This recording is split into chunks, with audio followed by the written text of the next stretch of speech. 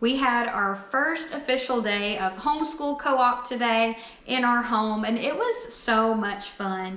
And in today's video, I'm just going to be sharing about what we did and what our plans are for next time. So hopefully if you are looking to start a Charlotte Mason homeschool co-op or just a homeschool co-op, you can glean some ideas from what we've done so far.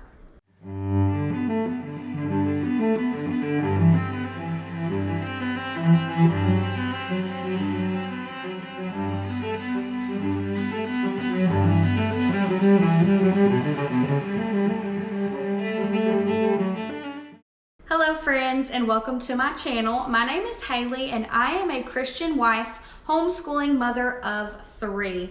And I've also recently started a homeschool co-op. Now our co-op is pretty small. It's 3 families and 8 children in all. So we're keeping it kind of small and scaled down for now just to make it manageable. We are meeting bi-weekly, so only every other week, and teaching 3 subjects at a time, and the rest of the time is just used for eating and fellowship and just getting together and hanging out. So I'm going to share with y'all what we have done on our very first day of co-op. So for this particular round and rotation of subjects, we did 3, which were artist study, nature study, and folk dancing. So for our artist study, we looked at Camille Pissarro's The Woods at Marley, which was painted in 1871. So at first I just introduced the artist, Camille Pissarro, who was actually a Jewish background artist, one of the first impressionists. He was a contemporary of Claude Monet. And I just showed the students a picture of him and did a little spiel about that. And then we did a picture study of this particular painting. And at first I just asked the students if they were to title this painting, if they were the artist, what would they title it? And so they all went around the table and just kind of said what they would name it. I also asked them to notice some things that they saw in the picture. What season do you think it is? Is it morning? Is it in the afternoon? Is it in the evening? What do you think the people in the picture are going to do? What season is this picture? How do you know? What colors? Just what do they see and notice about this particular painting? And then a fun question of what would you do if you could jump inside this painting? What would you do? Where would you go? What would you think? And so that was kind of fun. And then we did a picture study game. So I gave them all a big sheet of blank paper and a pencil, and I told them to study this picture for as long as they needed and to try to memorize it in their mind. And then I hid the picture from them and let them sketch the picture.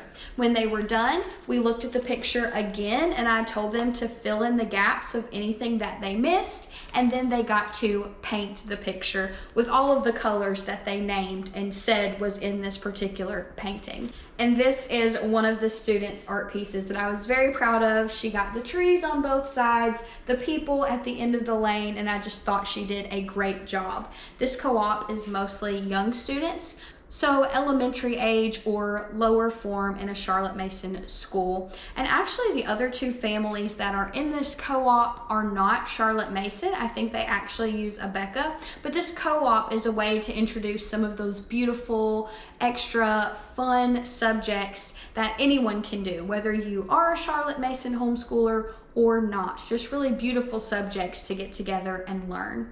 And then the next thing we did was a folk dance, and I picked a really simple folk dance that anyone can do. It's actually a kindergarten folk dance, and it is called the Irish Stew folk dance. I will leave a link to the YouTube video below that I used to learn the dance and then to teach it to them. But you basically just all gather around together in the living room. I don't have a coffee table in there, so we had plenty of space to get in a circle. You go one way, you go the other way, you jump and clap, you go in and you go out, and you repeat it a few times. They loved it. They wanted to do the dance again after we finished it and learned it for the first time, and they just laughed and giggled, and it was great. And the final thing that we did for our Charlotte Mason co-op was nature study. And for this, I read aloud The Boy Who Drew Birds, a story of John James Audubon by Jacqueline Davies and illustrated by Melissa Sweet.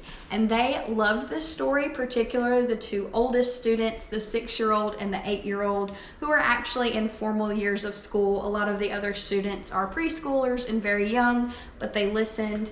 And so we listened to this story, and then I printed off a painting that John James Audubon did of our state bird so that they could also learn the state bird. And then I gave each of the families a free printable bird ID guide for our state so that they can go home and study birds and draw and paint them. We did not draw or paint with our nature study in this. After this, the kids took this outside when we went to play outside after all of our subjects were done so that they could try to ID some birds and check them off of their list. And so that's what we did for nature study. So then they can go home and do nature study at home with what they've learned here at co-op. But they already kind of had one creative project in painting, so I didn't want to double up and have them paint or draw again. So for our co-op, that's it. We just wanted to keep it simple. We started at 11 o'clock and all of the moms just potlucked and brought one thing, and we started with lunch together, and then the kids had a little bit of free time to just play inside as we were talking and catching up and setting things up. And then we sat down and did our story first. I asked the students of the 3 subjects what did they want to do first, and they wanted to read the story about John James Audubon. And then we moved on to folk dancing so that they could get up out of their chair and get some more wiggles out. And then we came back to the table for artist study and painting, and then we went outside. And they got to play outside until it was time for everyone to go home. And it was so much fun. We've tried to keep this as minimal as possible just because a lot of the moms in this co-op have really busy schedules. So a bi-weekly co-op just worked better for us. We're gonna do only 3 subjects per co-op, and we're gonna start with a lunch and feasting together and fellowshipping. We'll do the 3 subjects, and then we'll all get to go play outside and visit and socialize together and just keep it simple. So for our next co-op, our plans so far is my friend, another mom, is going to teach music because she is a pianist. She actually teaches piano, so she is going to handle teaching music. And then as we were just talking and discussing about some of our homeschool struggles, both of our children are kind of struggling with math and particularly money. So we're going to kind of set up a grocery store shop type activity for money for co-op, and I'm gonna try to find some kind of living book to read aloud and go along with that. So if you have a recommendation for that, please let me know in the comments below, and then try to do one creative thing. So maybe we will actually do nature studies so that we can draw or paint or do something with our hands in that way.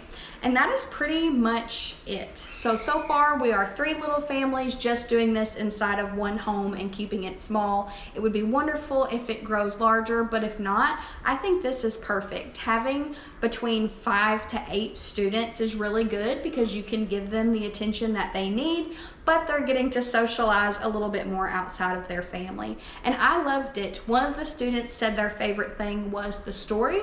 Another student said that their favorite thing was the folk dance, and then the littles just really loved playing outside because that's what they do.